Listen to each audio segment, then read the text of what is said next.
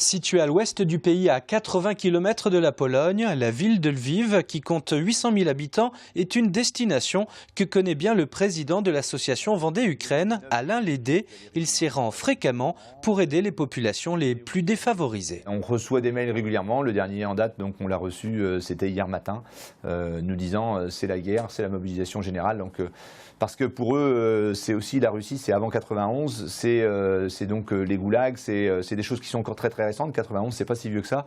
Et donc eux, dès qu'il y a la Russie qui peut rentrer en jeu, c'est revenir, faire une marche arrière de 20 ans, mais c'est surtout avec les atrocités qu'il y a pu y avoir à cette époque, quoi.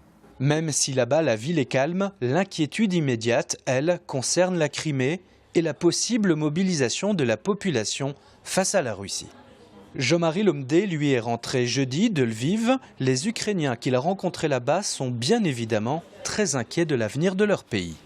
On voyait passer à la télévision des images concernant la Crimée, déjà à ce moment-là, et c'était leur grosse crainte, c'était comment va évoluer la Crimée.